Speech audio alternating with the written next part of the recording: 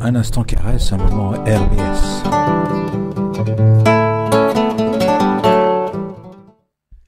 Chers amis du souffle sacré et de la parole retrouvée, bonjour, quel soleil, quel plaisir d'être à nouveau dans ce beau studio de RBS en ce 5 juin 2022, un dimanche placé sous le signe donc du soleil et de la mer. Notre moment de poésie est propulsé sur les ondes de RBS grâce à l'association de la Caresse, dont nous saluons chaleureusement tous les membres. La Caresse, cette association dont l'acronyme si sensuel signifie Coordination des associations de résidents étrangers de Strasbourg. Cette émission est aussi propulsée par l'association culturelle des Mozarts. Salut Enrique. Et je vais commencer par vous parler du podcast culturel de Wittelsheim dans cette revue de presse qui est organisée par la poétesse, bibliothérapeute, chroniqueuse et bibliothécaire, j'ai nommé Sandy Bory. C'est un podcast que vous pouvez retrouver chaque mois, il fait à peu près 30 minutes. Alors l'adresse internet n'est pas très radiophonique, beaucoup trop de slash, double point, slash.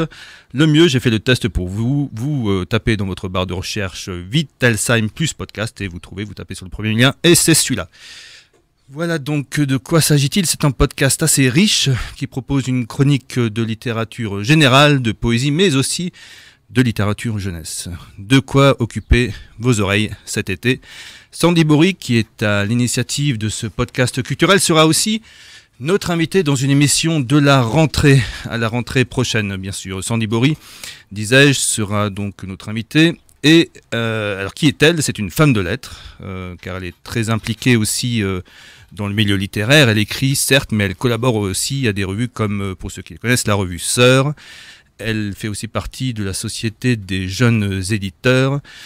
Sandy d'ailleurs m'a envoyé un petit poème pour que vous puissiez goûter de son vers. Et je vais vous le lire en direct.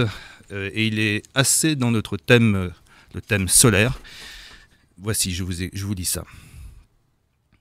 Les jours gris n'auront pas le temps de prendre racine dans ton jardin.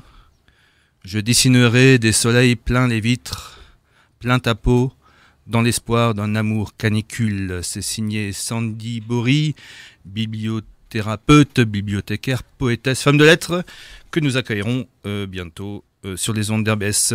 Merci Sandy. Dans cette revue de presse, nous voulions souhaiter aussi un joyeux 79e anniversaire au poète Jean-Paul Clay. Jean-Paul Clay qui nous a fait la surprise de venir, David et Louis, nous écouter lors de l'événement de la Nuit de l'Europe dans les locaux de Sciences Po, événement chapeauté par le journal Le Monde. Nous avons eu le plaisir, David et moi, et Louis, d'y participer. Et on a donc vu arriver ce grand poète, Jean-Paul Clay, monter sur ses échasses ou ses béquilles et nous distribuer, tel des Bibles, son recueil Cathédrali, recueil qu'il a par ailleurs présenté mercredi dernier au FEC de Strasbourg. Louis et moi, nous y étions. Pas vrai Louis? Comment ça va Louis? Ça va très très bien. Tu as bien aimé, tu as kiffé Jean-Paul Clay C'était une expérience super enrichissante, un monsieur très sympathique qui m'a offert un recueil. Et qui t'a traité de visage de Jeanne Rimbaud. Oui, de Jeanne Rimbaud. C'est un compliment. Un sacré compliment, ouais. Sacré compliment. Merci pour la respiration. Alors Jean-Paul Clay, intergalactique, vous pouvez vous procurer ici et maintenant Jean-Paul Clay, publié par son biographe que je salue, Mathieu Young. Mathieu, donc c'est un copain, je pense l'inviter aussi pour nous parler de son travail autour de celui qu'on appelle JPK, mais il n'aime pas ça, donc l'appelons Jean-Paul Clay. Ce livre bibliographique est publié aux éditions d'Evano, je pense aussi réédité, parce que vous savez je suis éditeur, et j'avais édité Jean-Paul Clay en 2015 un recueil qui s'appelait Décembre difficile, un beau livre que je pense que nous allons mettre au goût du jour l'année prochaine ou dans 2 ou 3 ans, nous verrons bien. Suivant les opportunités étaient présentes aussi lors de cet événement, donc la poétesse Graziella Riccon Martinez. J'ai bien prononcé, David? Alors c'est Graciela Rincon Martinez. Voilà, d'accord. Merci bien. C'est toujours pareil à ce niveau-là avec l'espagnol. J'ai pas de chance. Venu expressément de Colombie nous faire entendre son chant de transparence. Qui est, alors voilà, je le montre juste là pour le podcast, chant de transparence. Vous pouvez d'ailleurs trouver son recueil bilingue, donc français-espagnol, chez notre ami Eric Proprio de la librairie La Tache Noire que nous saluons. Signalons que la traduction est de notre copain David Gondard qui est dans ses studios et que la préface est signée par ma personne, allez, Cocorico. Autre sujet de cette revue de presse, et on ne peut plus proche de nous, alors non pas cet après-midi parce qu'elle n'a pas pu venir, mais Sylvia Undata, poétesse, auteure, lectrice, conteuse, nous lira ses poèmes le 12 juin. Place de Zurich lors du marché d'art ZAM. Et si sa poésie vous touche, d'ailleurs, sachez que vous pouvez trouver ses recueils, elle aura une tonnelle et vous pouvez, voilà, Sylvia Undata. Elle sort d'ailleurs bientôt un recueil qui s'appelle Trash Test et autres Crash Test humains. Et elle est à la recherche actuellement d'un musicien ou d'une musicienne pour préparer ses prochaines lectures parce qu'elle pratique beaucoup la poésie en public, la poésie en musique, et vous pouvez la joindre via bien sûr les réseaux sociaux. Vous tapez Sylvia Undata dans vos barres de recherche Facebook et tutti quanti. Allez, un dernier thème pour cette revue de presse. Alors j'ai dû être sélectif et j'ai reçu beaucoup de propositions, mais c'est difficile. C'est quoi la phrase choisir? C'est exclure, non, je ne sais plus. David fait un air dubitatif, il ne voit pas où je vais venir. Je continue, donc j'ai dû faire le choix douloureux. Voilà, j'ai eu beaucoup voilà, oui, bien sûr. Je vais vous parler de la sortie enfin du livre du poète russe Eugène Kluev, aux éditions Grège, en ce mois de juin, livre traduit du russe par Diana Matevosova et Isadora Valls.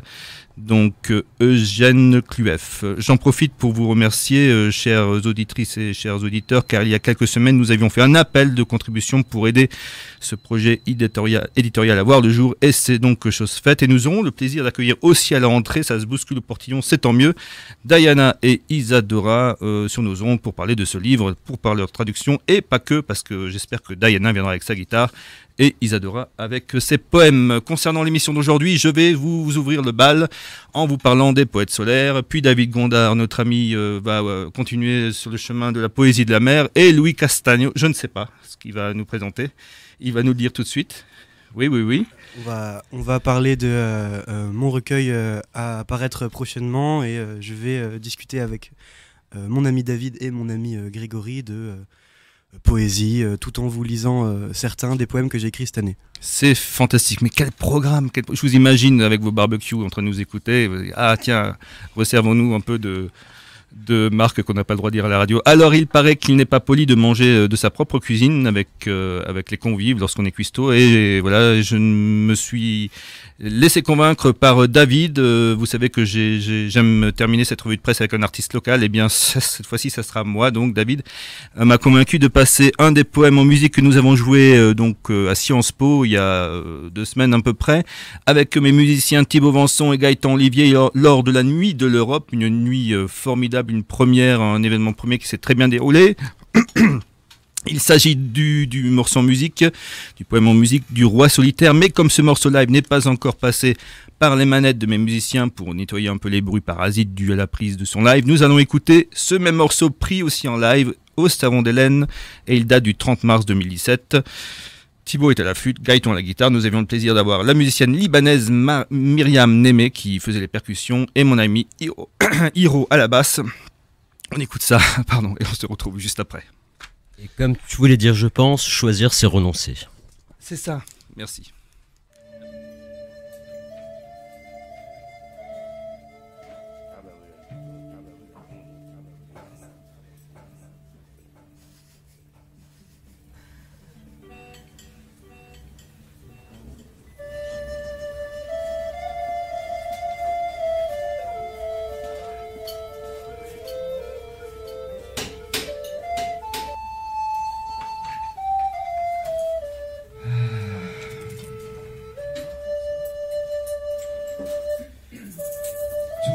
Soudain, rassasié de désirs clairs,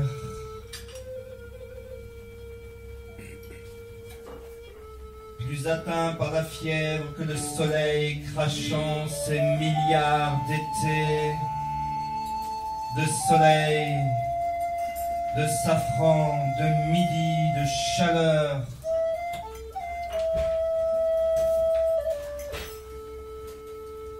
Le poète dresse sa cathédrale au milieu du désert. Suant pierre après pierre, voyant s'approcher la sœur siamoise de l'ennui et de la violence. Il les repousse et dit: le silence, la guerre, alors je parle. La parole est ce pont où se rencontrent les civilisations.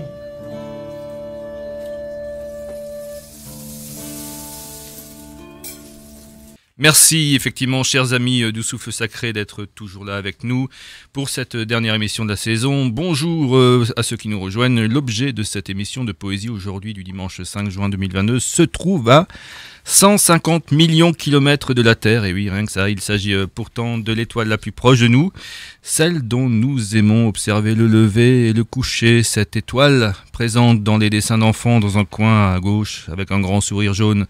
Je vous parle bien du soleil, de sa vitamine D, D comme dopamine, D comme doré, doux et dominant. Le soleil est au cœur de notre histoire, longtemps considéré comme un dieu, un autre D, longtemps considéré donc comme un dieu, loué et prié et chanté. Le soleil, et c'est bien lui la star du jour dont on va vous parler en poésie. Il me semblait assez crucial de vous préparer une émission sur ce sujet brûlant vu que l'été commence et afin de vous apporter l'enthousiasme nécessaire pour passer d'excellentes vacances.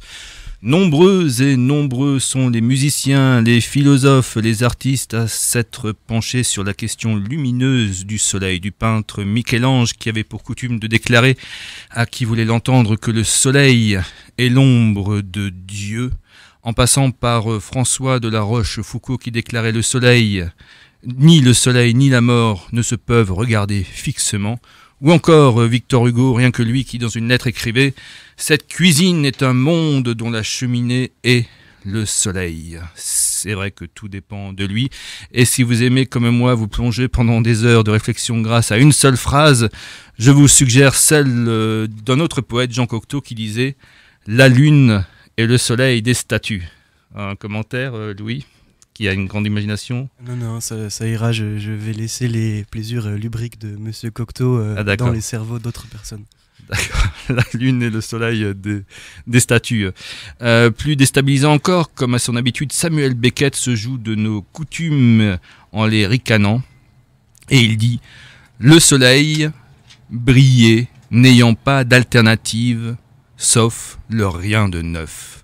Le rien de neuf, le rien de nouveau. » Beckett se moque ici de l'Ecclésiaste, et je ne pensais pas un jour citer ici la Bible dans cette émission, mais après tout, nous sommes dimanche, jour du Seigneur, il est écrit « Ce qui fut, cela sera, ce qui s'est fait se refera, et il n'y a rien de nouveau sous le soleil ». Voici d'où provient cette fameuse expression qu'on s'échange volontiers sous le soleil. Eh bien, je vais tenter de faire mentir cet adage en offrant à vos oreilles justement des poèmes qui seront pour vous peut-être nouveaux. Des poèmes dont le sujet est donc le soleil. Nous allons explorer la poésie solaire sous le prisme de la connaissance qu'il nous apporte, mais aussi de ses charges symboliques, de sa part métaphysique. Et c'est peut-être par là que nous commençons ce voyage, par la mise en voix de Lionel Mazzari. Lionel Mazzari que vous pouvez retrouver sur sa page YouTube à son nom. Sa chaîne est dédiée à la poésie, elle est très riche, il fait un excellent travail, c'est assez remarquable. La mise en voix donc d'un poème du fameux et incontournable Antonin Artaud. C'est très sûr, on ne pouvait pas faire une émission sur le soleil sans parler de son tutu gris ou le rite du soleil noir. On écoute ça tout de suite.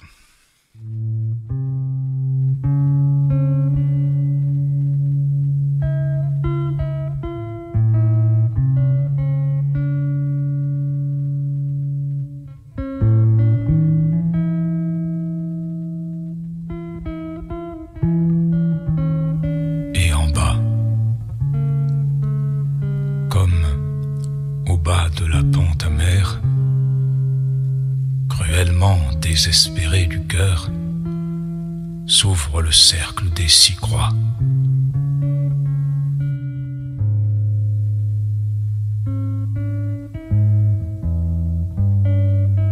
Très en bas, comme encastré dans la terre-mère, désencastré de l'étreinte immonde de la mer qui bave.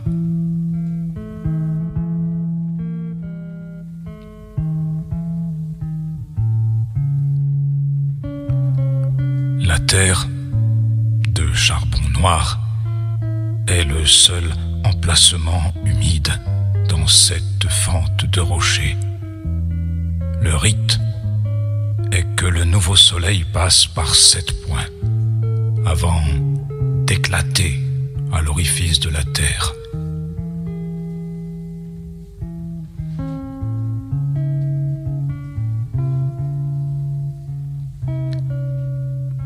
Et il y a 6 hommes, un pour chaque soleil, et un 7e homme, qui est le soleil tout cru, habillé de noir et de chair rouge.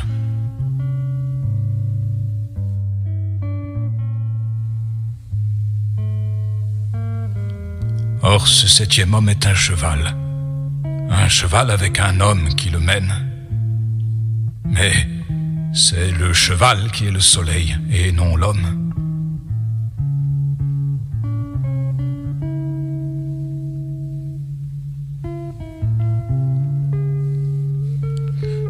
Sur le déchirement d'un tambour et d'une trompette longue, étrange, les 6 hommes qui étaient couchés, roulés à ras de terre, jaillissent successivement comme des tournesols, non pas soleil, mais sol tournant, des lotus d'eau.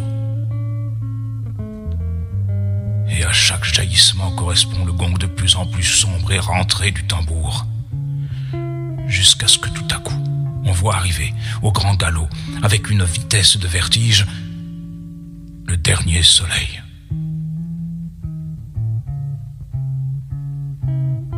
Le premier homme.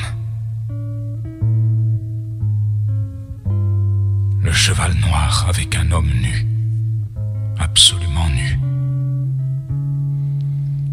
et vierge sur lui.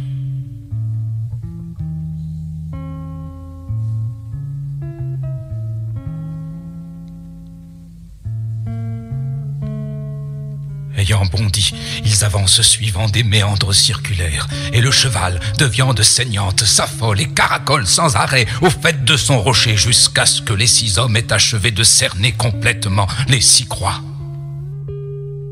Or, le ton majeur du rite est justement l'abolition de la croix.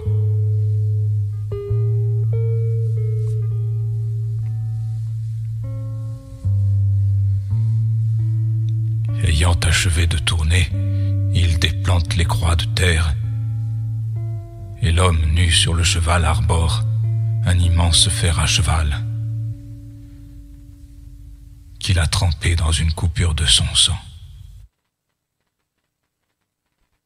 C'était un poème magistral, interprété par Lionel Massari, un poème d'Antonin Artaud, Tout gris ou le rite du soleil noir. Vous êtes toujours sur RBS dans les rendez-vous de la caresse et vous écoutez votre émission de poésie Les Amis du Souffle Sacré. Je vais vous lire maintenant en direct un poème extrait d'une anthologie qui a pour titre Femmes, poètes du monde arabe. Très bel ouvrage aux éditions le Temps des Cerises. Il s'agit d'un poème de Saba Zouane, traduit du libanais en français. Le poème s'intitule « Et puis quand le soleil ». Voici. C'est elle qui refermait sa main sur un tas de lumière, la main qu'elle n'avait jamais refermée sur rien, ou bien elle a attrapé le soleil d'une main, et au creux de l'autre main, elle a planté des oiseaux, des étoiles et des noms. Aujourd'hui, la main se dissipe. Elle disparaît dans l'illusion du lieu, dans l'illusion du sens, et elle n'est pas la parole vive, elle n'est pas la pérennité du mot, elle n'est pas non plus la profondeur du ciel. Qu'il est bleu ce soleil, hier qu'il était bleu le soleil. Mon visage doré s'est reflété dans la lueur d'un miroir, dans son honneur, dans son horreur, horreur de la distance. Il te suffisait de me voir passer par hasard. Nous suffit le hasard de nos matins. Ou bien j'ouvre la fenêtre qui donne sur ton ombre, ou bien j'ouvre la fenêtre qui donne sur ton ombre, et sur certaines de nos peurs. Quant à la mort, elle ne vient pas, cette mort semblable à notre faim, fuyant devant nous. Il nous fallait plutôt tourner entre deux temps, tourner autour de notre faim.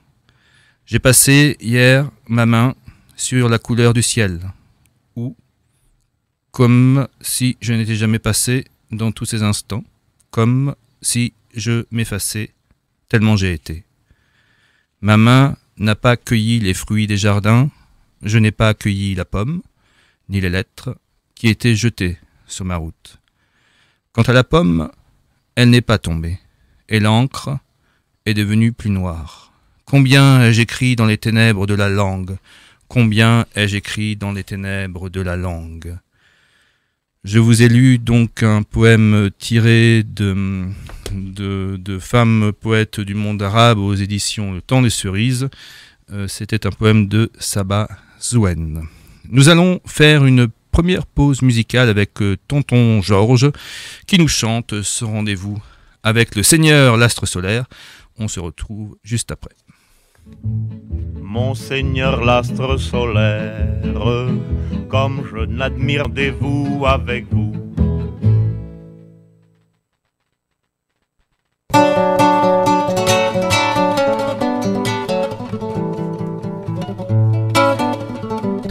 Le dimanche, un instant caresse, un moment RBS.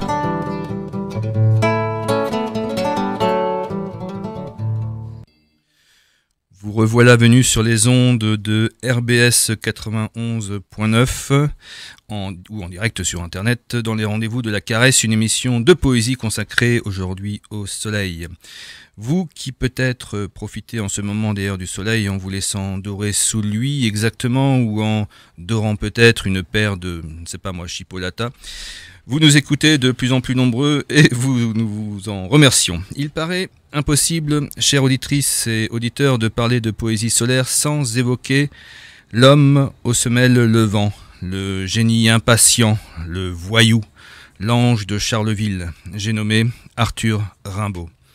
Je vais vous lire une petite pièce biographique écrite par Christophe Dauphin, issue de la revue Les Hommes sans épaules, où l'on comprend combien Rimbaud était tiraillé entre son besoin de partir au plus près du soleil en Afrique et sa dépendance attachée à la ferme maternelle dans les Ardennes, qu'il comparait au trou du cul du monde. 1877, Rimbaud repart à pied pour la Hollande. Hambourg, passe en Suède et au Danemark. En septembre, on le retrouve à Marseille, puis à Rome. En 1878, il est à Chypre, revient en France, et l'année suivante, à l'automne, en 1879, Arthur Rimbaud est à Roche, dans la ferme familiale. Malade et impatient, il décide de partir avec l'objectif d'embarquer vers Alexandrie. Mais c'est un faux départ. Il arrive à Marseille, fiévreux, décharge des bateaux. Rimbaud, encore frêle et fragile, doit rebrousser chemin et revenir encore une fois à Roche, où le froid et la pluie l'attendent pendant ses voyages. La sécheresse et la soif l'ont émacié, vieilli, et il semble pâle comme l'écume des mers qu'il a traversées. Mais il semble que Rimbaud ne soit libre qu'ailleurs, à l'étranger, au soleil. Ça, c'était donc signé de Christophe Dauphin pour la revue Les Hommes sans épaules, qu'il en soit bien remercié. L'obsession solaire de Rimbaud nous fait penser beaucoup à l'obsession d'Icare. Si l'on ne peut pas faire l'impasse sur Arthur Rimbaud dans une émission dédiée à la poésie solaire, À Rimbaud et à sa recherche de l'état primitif de fils du soleil, on ne peut pas non plus faire l'impasse sur la mythologie d'Icare. Souvenez-vous de cette mythologie à chaque fois que vous vous adonnerez sans limite à des valeurs absolues telles que la vérité, la liberté, la passion ou la beauté. Cette mythologie, je vais vous la résumer très rapidement. Icare et son père Dédale se trouvèrent prisonniers du labyrinthe créé par ce dernier. Ce labyrinthe avait été créé pour cacher le Minotaure fruit du déshonneur de la reine de Crète, qui s'était éprise d'un taureau blanc. Minos, le roi de Crète, en colère contre Dédale, l'enferma avec son fils dans ce labyrinthe dont il n'est pas possible de sortir sans le fil d'Ariane. C'est alors que père et fils ont l'idée de se fabriquer des ailes à partir de plumes d'oiseaux et de cire. Ainsi ils s'élevèrent au-delà des murs d'enceinte du labyrinthe. Ils jouissaient enfin de liberté retrouvée, virevoltaient en admirant les paysages, mais Icare n'entendait pas l'avertissement de son père. Icare, sous l'hypnose de la beauté éclatante du soleil, continuera son ascension et la cire finira par fondre. Il perdra ses ailes et chutera.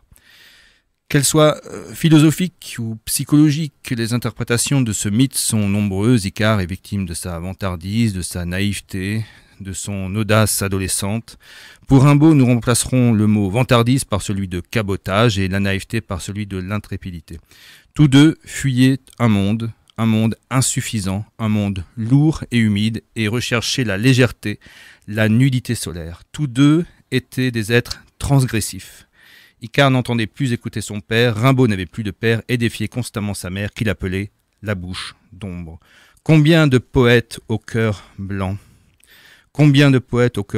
cherchent à échapper à la lourdeur d'une famille, d'une patrie, d'une condition inexcusable en écrivant leur version du monde, un monde qui grandit à côté d'une autre, qui grandit dans leur palais mental et qui un jour éclate à notre visage. Ils sont nombreux, et ce sont souvent les plus talentueux, car il faut énormément de pugnacité, de travail pour façonner un talent suffisamment grand afin d'échapper au mur que d'autres ont dressé pour nous.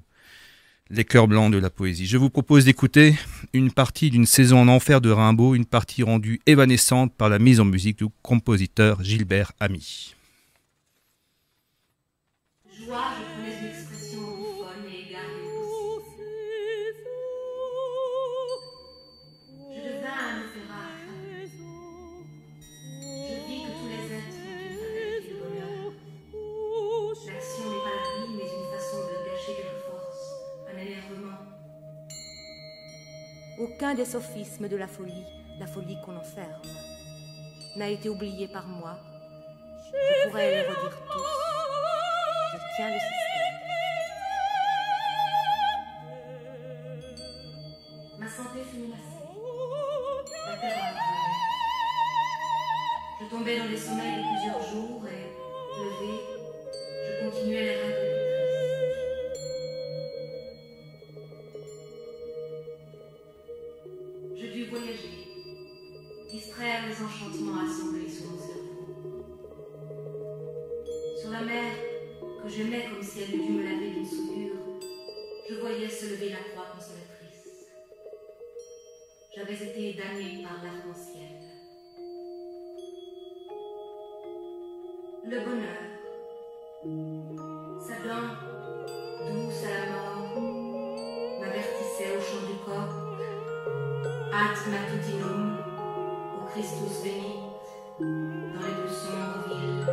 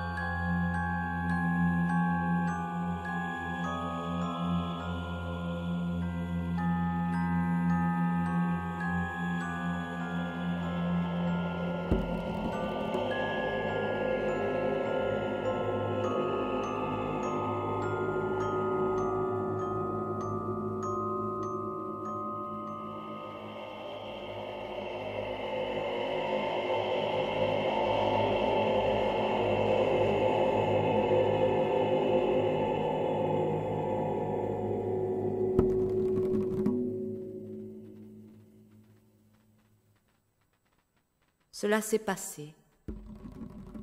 Je sais aujourd'hui saluer la beauté.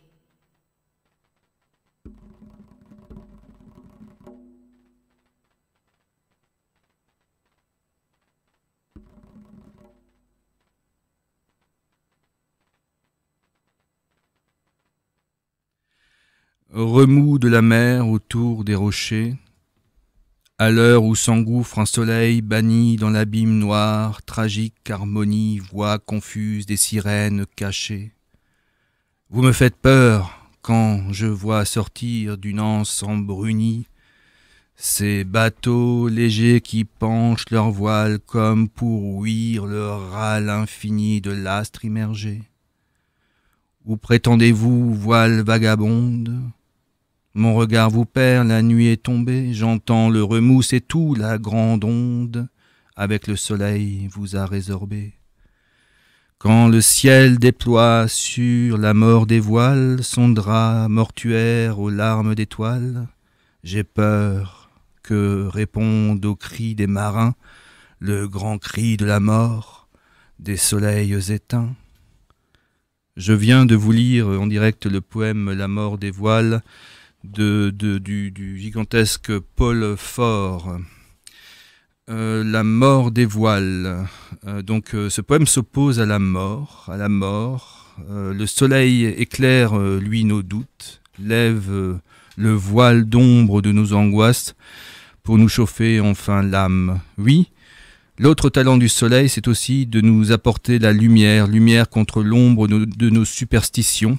Je veux naturellement faire appel ici à un autre mythe, celui de l'allégorie de la caverne racontée par Platon dans son 7e livre, celui de la République. Cette allégorie tente de nous expliquer que notre condition humaine n'est de percevoir de la réalité que l'apparence et ses phénomènes. Longtemps, les habitants de la caverne, qui avaient le soleil dans le dos, sont restés figés dans leur grotte, craignant et vénérant leurs propres ombres qui se dessinaient sur les murs de leur caverne. Si l'on libère l'un des habitants de la caverne, que se passera-t-il ?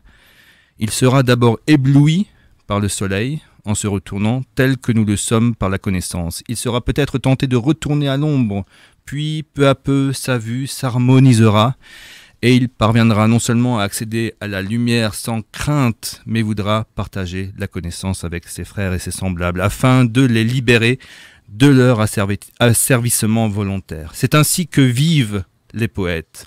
Ils font l'effort de la connaissance et de la création qui sont des joies qu'ils veulent diffuser sur le monde en entraînant dans leur musique le grand nombre. L'effort n'est pas un vain mot. L'effort et la curiosité ne sont pas des petits caractères. Si une génération en est dépourvue, ce sera le moment pour elle d'être soumise à ses pairs, puis aux tyrans. Les tyrans qui les engraisseront et ils risqueront donc de faire périr leur propre esprit sans se révolter. Nous avons besoin de poètes pour porter le soleil. C'est l'illustration du grand Baudelaire qui achève son poème Le Soleil en le comparant au poète. Souvenez-vous de ce poème célèbre, je vais juste vous dire les vers de fin. Quand, ainsi qu'un poète, il descend dans les villes, il ennoblit le sort des choses les plus viles et s'introduit en roi, sans bruit et sans balai, dans tous les hôpitaux et dans tous les palais. Dans tous les hôpitaux et dans tous les palais. Nous allons maintenant reposer un peu nos esprits avec de la musique, toujours dans le thème d'aujourd'hui, puisqu'il s'agit du poème de Paul Verlaine, mis en voix par un petit gars qui s'appelle Samir Baris. Et c'est le poème de Paul Verlaine qui s'appelle Les soleils couchants. On se retrouve juste après.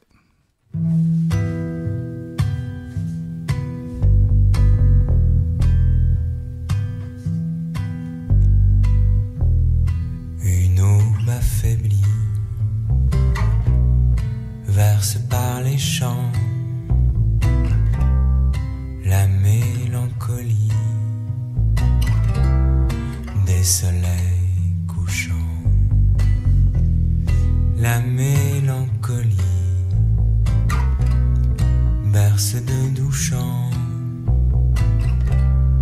mon cœur qui s'oublie au soleil couchant, et d'étranges rêves comme des des soleils couchant sur les grèves, fantômes vermeils, défilent sans trêve, défilent pareil à des grands soleils couchant sur les grèves.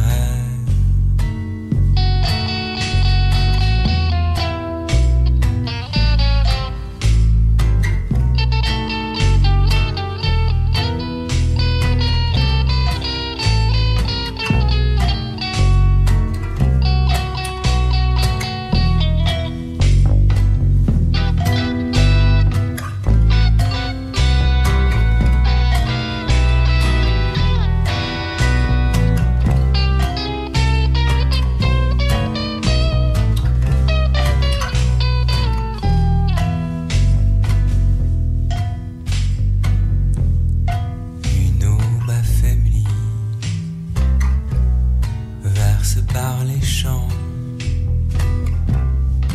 la mélancolie des soleils couchants,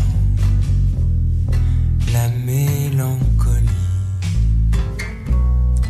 berce de doux chants mon cœur qui s'oublie au soleil couchant. Cœur qui s'oublie au soleil couchant.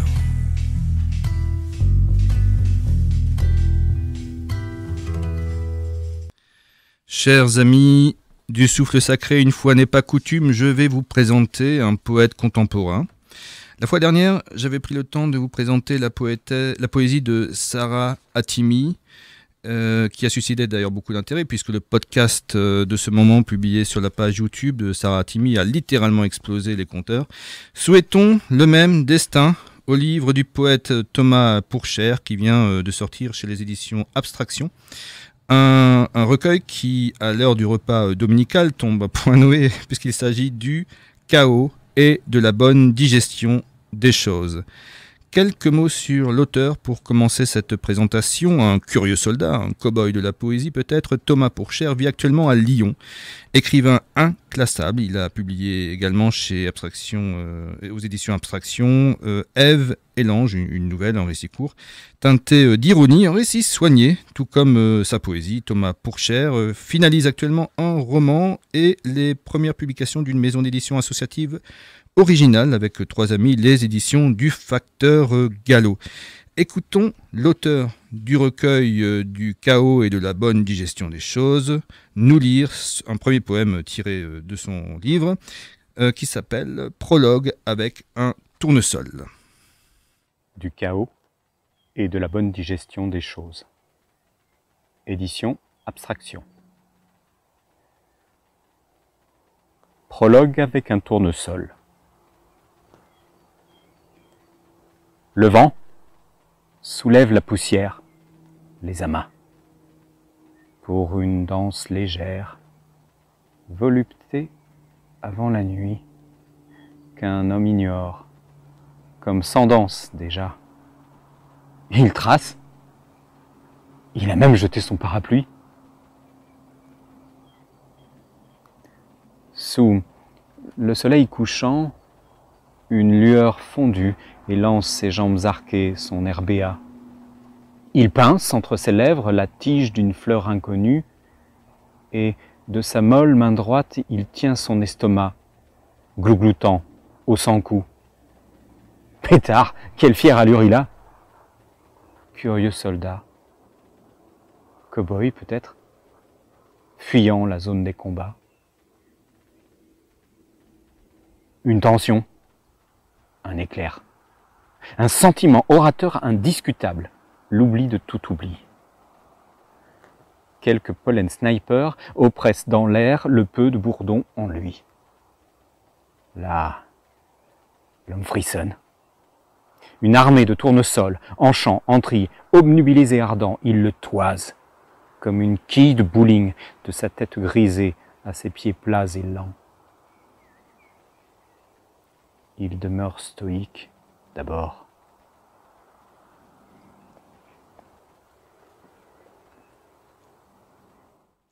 Retour sur les ondes d'RBS dans les rendez-vous de la caresse où nous découvrons le recueil de Thomas Pourchère du chaos et de la bonne digestion des choses publié chez les éditions Abstraction.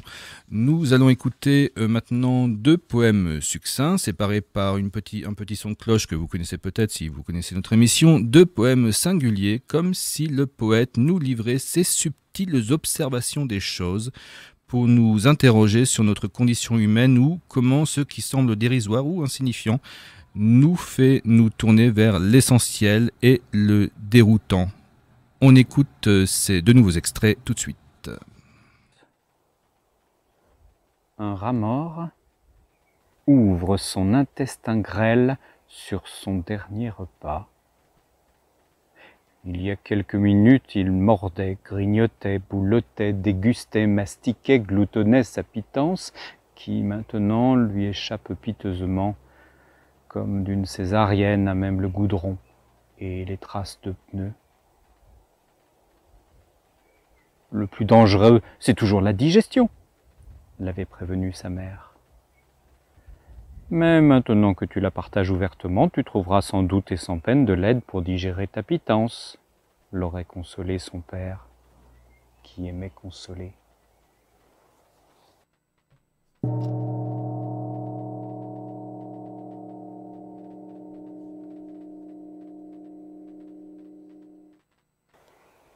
Testament du curieux soldat, cow-boy peut-être, trouvé sur la banquette coincée derrière la table du fond, à côté de l'issue de secours.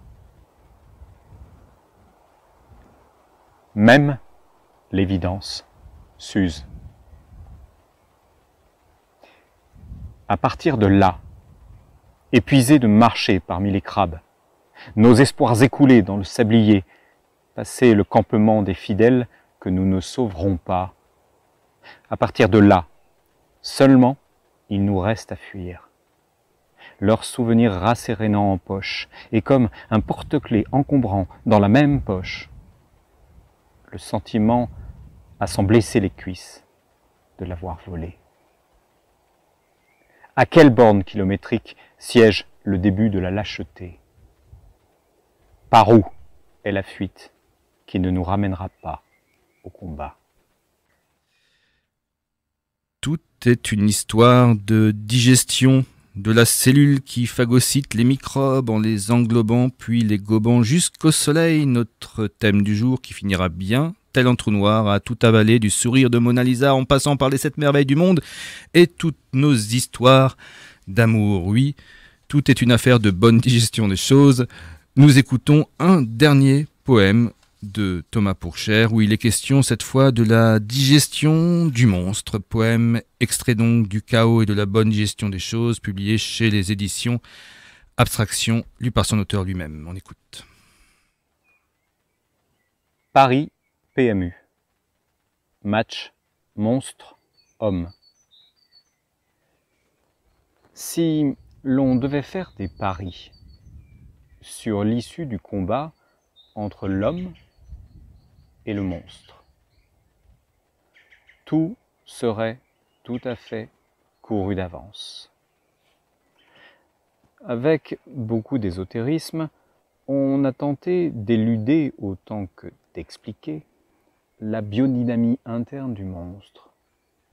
Et il s'avère, après maints recoupements, qu'il est affirmable que celui-ci ne peut vivre qu'en ingérant chaque jour une dose savamment calculée de son poison le plus mortel, la vérité. Dose savamment calculée car un peu plus il en mourrait, un peu moins il ne démontrerait pas suffisamment sa vitalité sur la scène, c'est-à-dire la scène où il est monstre, hors scène il n'est qu'un petit lapin blanc de plus. Or donc il suffirait d'une erreur sienne dans le dosage, d'un moment de faiblesse ou de l'oubli une seule journée de sa dose nécessaire qui l'obligerait à tenter double ration en rattrapage le lendemain pour le perdre Ce poison s'appelle vérité. L'homme, curieux soldat, cow-boy peut-être, porte en lui naturellement sa dose de vérité pour lui-même.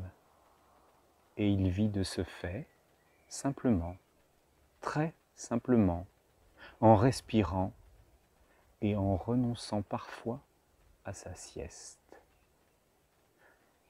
Nous n'évoquerons pas ici l'existence d'un autre chaînon, pas assez manquant celui-ci, entre l'homme, curieux soldat, cow-boy peut-être, et le monstre. Après tout, loin de moi l'idée de vous administrer une quelconque dose mal dosée de vérité. Ceci n'est pas un vaccin.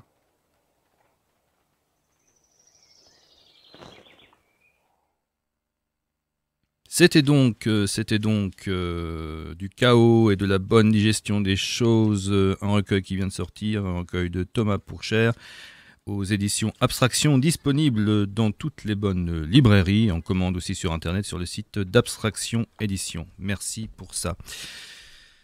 Il est temps pour moi de passer le relais des ondes à David et Louis, mais je reste dans le studio fermement attaché à mon micro. Il me reste à vous souhaiter donc de très bonnes vacances. On se retrouve à la rentrée. C'était Grégory Huck pour RBS, La Caresse, les Mozarts et bien sûr pour la poésie. Je vous laisse en musique avec notre poème Les Jolis Humains, écrit il y a longtemps par ma personne et mise en musique par mes musiciens Gaëtan Olivier, Irina Loseva, Hiro, Thibaut Vincent.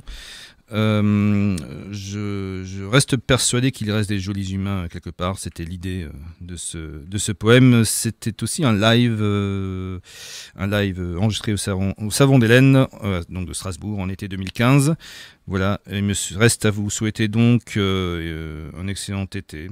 Et ainsi s'achève cette poésie solaire sur cette supernova.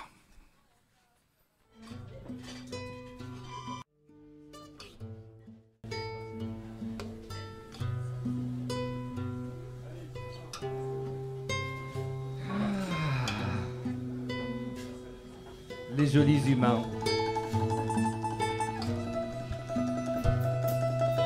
Ah, les jolis humains. Frémissement bleu d'une étoile qui se rêve reine des nuées.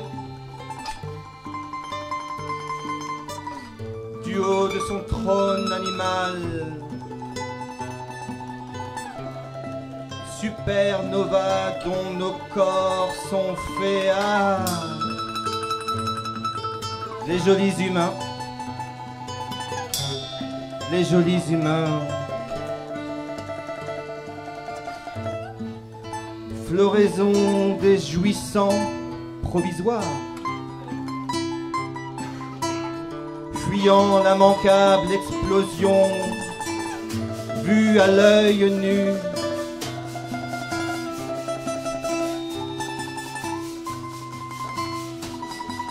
Ah, les jolis humains qui se blottissent et se rassurent, draper les peaux des autres, amoureux clairs et puis obscurs. Ah, les jolis humains.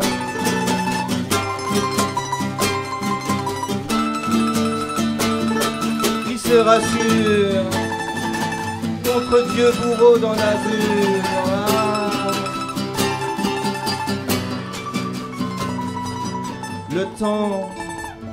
Le temps d'une île, le temps d'un geste de la main entre la fillette et la vieille dame, la cabriole d'un papillon orphelin. Ah. Les jolis humains.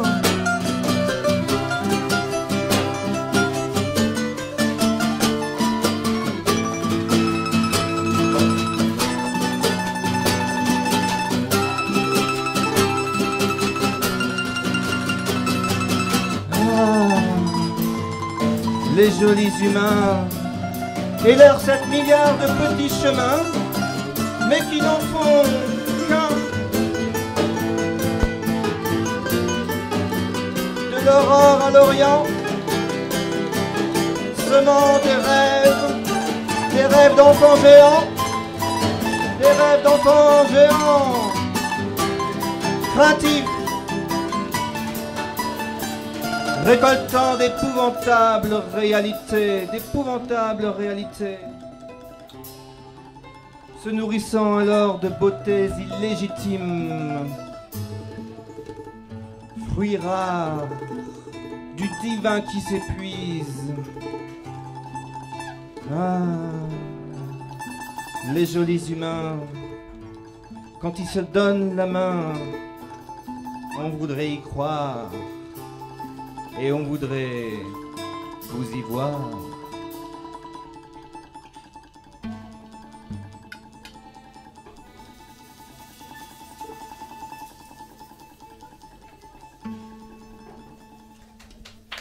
Merci.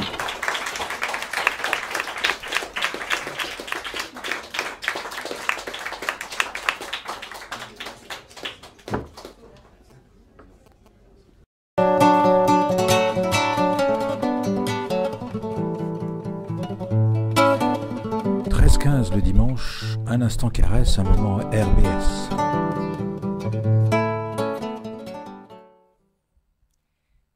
Bien, nous poursuivons avec cette deuxième partie. L'invité est Louis Castagne. Donc, avant de démarrer cette conversation et cette lecture de poèmes avec Louis, je voudrais souhaiter un très joyeux anniversaire à notre compagnon, parent terrible, enfant terrible, incroyable, Grégory Huc. Joyeux anniversaire. Merci. Merci, ça me fait plaisir. Merci, ça me touche. Très bien. Vous me payez un coup après. Avec plaisir.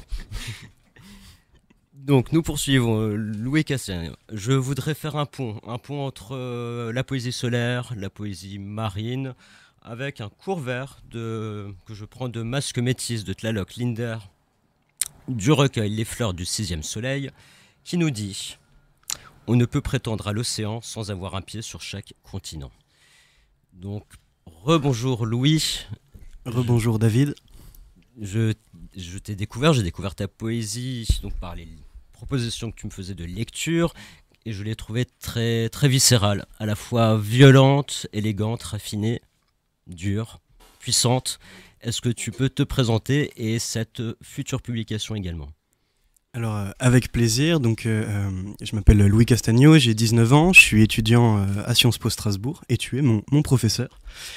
Et cette année, je me suis lancé dans la rédaction de poèmes parce que depuis que je suis enfant, j'ai toujours aimé la poésie. Et disons que après avoir traversé une année particulièrement douloureuse, je me suis dit pourquoi pas se lancer. Et grâce à toi, grâce à tes conseils, notamment à travers nos conversations, je me suis rendu compte que c'est vrai qu'il y avait un registre assez, comme tu dis, viscéral, assez cru. Donc j'ai pris le temps d'écrire beaucoup et il s'avère que là, j'ai pas mal de matière et que mon premier recueil de poésie, dont je garde encore le titre secret, devrait paraître dans les jours qui suivent. Normalement, courant juin, il devrait être possible de se le procurer. Donc je garde encore le titre secret. Oui. Pourquoi ce secret ? Parce que le titre du recueil, comment dire, on va dire, c'est une référence que je fais à mon meilleur ami qui m'a beaucoup aidé à traverser ces moments compliqués. Et disons que c'est tiré d'une expression arabe que nous avons traduite. Et c'est quelque chose qui me tenait à cœur et je préfère le garder secret parce que ça représente, on va dire, complètement l'esprit du recueil, donc autant ne rien dire pour le moment. Et peut-on donner le nom de l'éditeur ? Oui, bien sûr, ce sont les éditions du Pont de l'Europe. On salue Gérard. Le salue, on l'embrasse. C'est un copain. Donc pour démarrer cette discussion, j'aimerais savoir, Louis, quelles sont tes influences poétiques, musicales, qu'est-ce qui construit ta poésie ?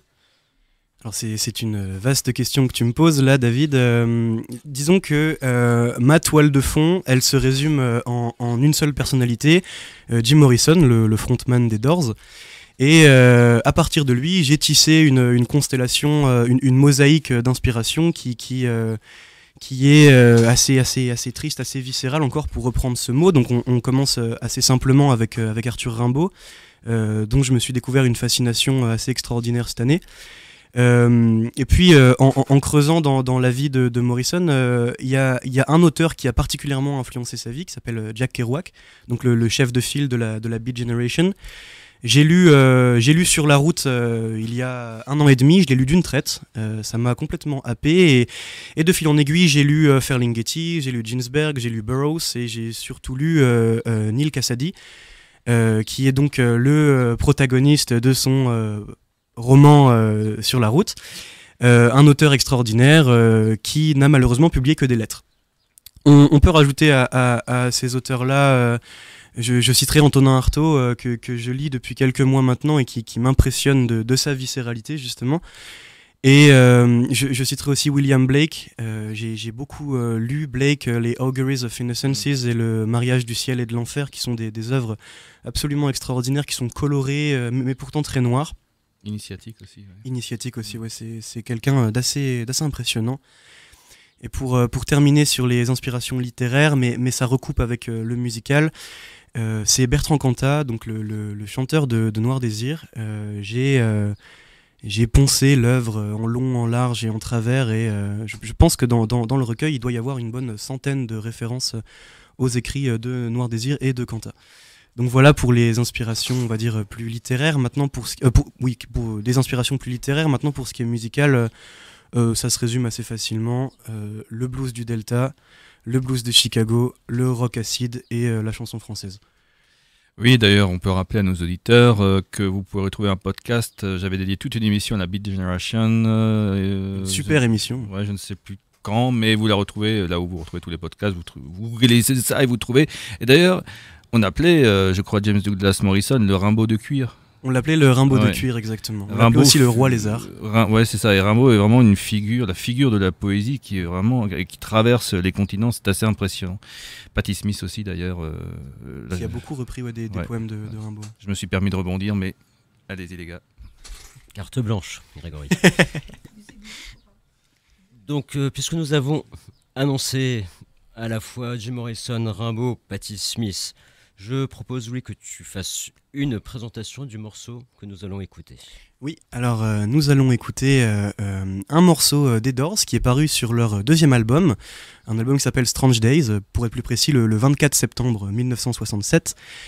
C'est l'avant-dernier morceau de l'album qui s'appelle I Can See Your Face in My Mind, qui est dédié à la fameuse compagne de Jim Morrison, Pamela Courson, morte elle aussi à 27 ans en 1974. I Can See Your Face in My Mind, c'est maintenant.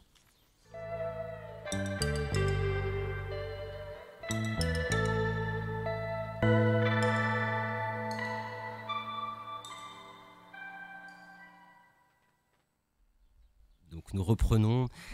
Après avoir écouté les Doors, je voudrais te demander, Louis, toi qui es passé il y a maintenant 15 jours à la Nuit de l'Europe, oui, qui a donc fait une lecture de tes poèmes, mais également de Graciela Rincón Martínez, poétesse colombienne, et de Marina Shultais, poétesse russe. Je voudrais savoir quelle est la présence que tu as, ou quelle est la force que tu requiers lorsque tu es sur scène. Quelle est la différence entre l'écriture et l'oralité du poète, la aide? Je pense que la différence fondamentale, elle se situe dans l'énergie à donner lorsqu'on se pose sur scène. Alors je t'avoue que c'était mon premier récital de poésie, donc j'étais particulièrement stressé. Ça a dû se sentir dans ma voix qui était plus éraillée que d'habitude. Mais ce qui est important, oui, je pense, c'est d'arriver à mettre l'énergie, à rester droit, et surtout à pas mâcher ses mots, parce que c'est extrêmement compliqué en réalité, hein, de bien lire, de bien faire les liaisons, de mettre une bonne intonation. L'intonation aussi, quelque chose de super important pour faire ressentir différentes émotions. Notamment, je me suis vraiment entraîné sur l'intonation avant de passer à la Nuit de l'Europe, parce que j'ai lu un poème qui s'appelle Virée Grenadine, qui est particulièrement triste et surtout complexe à lire, notamment dans les sonorités. Du coup, il a fallu faire attention à l'intonation, il a fallu faire attention à comment je développais mes syllabes, tout ça c'était compliqué. Et donc la version orale directe de la scène n'a souvent rien à voir avec la version écrite. Ouais, c'est l'importance, d'ailleurs, pour tout poète, c'est de bien lire à voix haute son poème aussi, parce que la musique avant toute chose, disait Verlaine. Et c'est vraiment important, quand tu es dans ton travail d'écriture, de te relire toi-même, d'entendre comment ça sonne, comment ça va, tu vois. Est-ce que c'est pas trop lourd, est-ce que c'est pas, tu vois, la fanfare un peu boum, boum, boum, avec des rimes et tout le long, tu sais, puis à l'oreille, ça fait mal. Non, vraiment, c'est de l'importance de l'oralité. Voilà, maintenant je vous laisse, les gars, allez-y. Non mais je reviens juste sur ce que Greg a dit entre la différence qu'il y a entre lire un poème et l'écrire. Moi je me suis rendu compte en devant sélectionner certains poèmes que je lirais, que j'ai lus à la Nuit de l'Europe et que je lirai aujourd'hui, que mes poèmes étaient selon moi beaucoup plus adaptés à la lecture qu'au récital. Et c'est super compliqué en réalité de trouver la bonne intonation, tout ça. Donc on recoupe sur ce que je te disais juste avant, David. Oui, il y a une intimité aussi, des fois qu'on ne veut pas briser dans le poème écrit, tu sais, c'est bien s'il est bien aussi dans le livre qu'il y reste. Donc je propose justement une lecture de quelques-uns de tes poèmes, Louis. Eh bien, avec plaisir. Je vais commencer par un poème qui s'appelle Je ne peux plus attendre. Donc allons-y. Ce soir, je suis Saoudade. Je vois les arbres morts et la vie. J'enserre tous mes vieux amis effacés qui ont changé de route, égarés qui ont cassé leur croûte. Je ne vous en veux pas, croyez-moi. Je sens la grise mine des villes et ligote la faim supplantant ville, des vallées luxuriantes de drogue et de spleen et de feu, où fait rage l'âcre combat. J'effleure les nervures de ton corps, serpentant là où mon crâne dort, flânant au nectar de tant de rues et bramant, ne t'ayant point revu, ma belle, depuis si longtemps déjà. J'entends les cris de ma jeunesse, pense à me fondre dans l'ivresse, à déguerpir, à fuir loin de tout, à partir au plus vite loin de vous, à ne plus jamais revenir ici-bas. Je goûte à tant de créatures, laisse remonter tant de bouffissures, que le dégoût se fait savamment sentir, que la mort même ne peut plus mourir et pourtant expire dans mes bras. Ce soir, tu es Saoudade. Assis non loin de terre brûlée où la lave mignote mes tempes, je me mouche, souris, rampe, rêve d'un soupçon de mer, la serrer, la voir et pourrir, en finir. Couché aux avants d'une jungle poreuse d'où grimpent tes illusions, vois, je ne peux plus, me cingle la ganache et palpe le fond sans ton sourire. Debout, si proche de désert où la seule ardeur ne suffit plus, j'erre seul et me frotte sévère au parage des douleurs absolues, attendant de périr. Ce soir, je suis Saoudade. Je cours folle en quête d'amour, dans des igues fichues, laboure tes longues surfaces charnelles, mire ton désir perdu et l'écartèle entre tes cuisses fondues. Je nage lasse, souffre, rugis, apprécie nos étreintes accroupies, tes tympans perforés, lancinant de leurs arômes, de leurs chants ravagés et malvenus. Je crie et contemple tes poussières, que je dévore, que j'emporte fier, extrais ton liquide ensanglanté, le fais raviner sans once d'impunité, et jouis devant ce cœur fendu. Je souffle, siffle, je ne moufle pas, t'écouter, pourtant étouffe dans ton sillage, dans ton mirage. Veux m'échapper de ton grillage, admirer ce nous rompu. Je saute pieds joints en enfer, et ne fais déjà plus l'inventaire de mes exactions, de leur poids. Il est temps de quitter ton toit, de figer nos corps pendus. Ce soir, nous sommes Saoudade. Voilà, donc c'était un poème que j'ai intitulé « Je ne peux plus attendre ». Très beau. Merci beaucoup, Grégory. Bien lu. Merci beaucoup. De tes héritages, Louis, tu nous as parlé donc des Doors, de Rimbaud, de Kerouac, d'Artaud. Que reste-t-il? Quelles sont tes techniques en fait d'écriture? Alors, lorsque j'écris, j'ai, on va dire, deux manières d'écrire. Une manière qui me semble être assez conventionnelle, c'est-à-dire que je me pose et j'écris. J'essaie d'écrire un texte, soit en prose, soit en vers, soit s'affranchissant des systèmes de versification traditionnels. Mais c'est quelque chose de somme toute d'assez sommaire. Et il y a aussi ma manière d'écrire plus automatique. J'ai quelques soucis de santé et il s'avère que la poésie m'a beaucoup aidé à traverser ces moments, et c'est pour ça que parfois j'écris, on va dire de manière automatique, où me viennent des mots souvent assez ravagés, assez difficiles à entendre. En l'occurrence, pour ce poème, Je ne peux plus attendre, ça s'est surtout fait d'une manière assez traditionnelle. Je l'ai écrit d'une traite. Je me suis beaucoup inspiré de Rimbaud, notamment dans le registre, dans les chants lexicaux, hein, les mots assez durs, les mots comme périr, les mots plus familiers comme le mot ganache par exemple, tout cet emploi autour de l'argot. Donc voilà, j'opérerai une dichotomie dans ma manière d'écrire, on va dire. C'est vrai que alors, on s'inspire un peu des uns des autres, on se lit, et c'est quelque chose d'assez inévitable.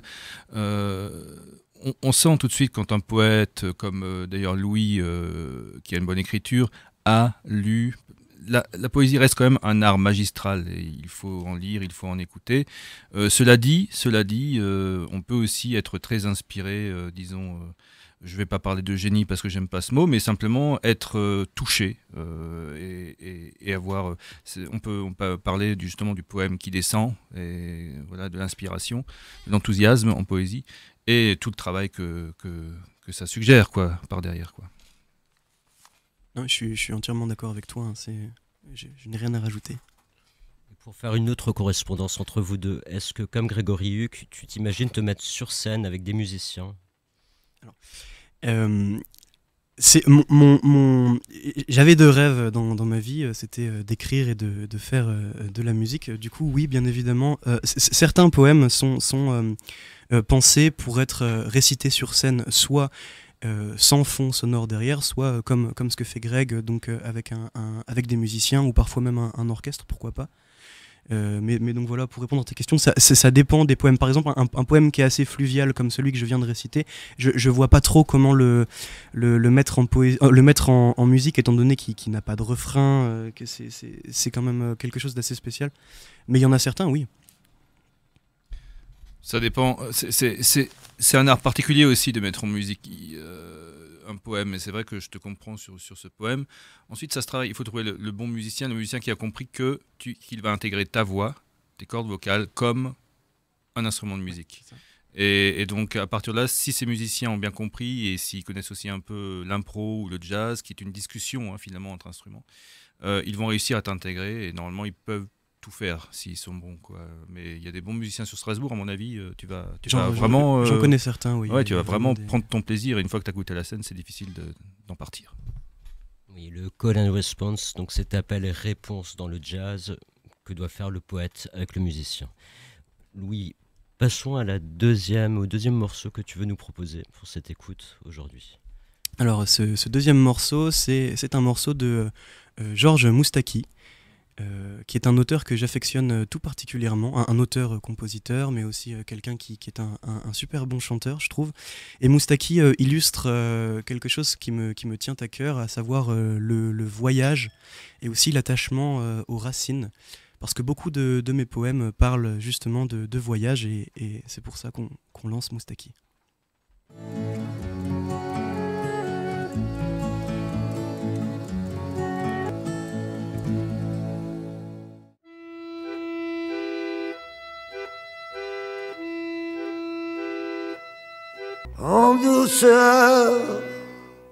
En douceur et profondeur. Très bien, il est temps pour nous de vous dire au revoir. On a passé un excellent moment avec vous, avec David et Louis dans les studios, grâce à la caresse, à RBS et à l'association des Mozart. Nous avons profité du soleil, je crois, maintenant, et vous aussi, et on se retrouve en pleine forme en septembre. David, un petit mot? Merci pour votre écoute, merci pour votre participation, Louis et Greg, et restez solaires. Merci beaucoup de m'avoir convié ici, et on se dit peut-être à une prochaine fois, possiblement à mon retour d'Argentine. Prenez soin de vous. Yeah.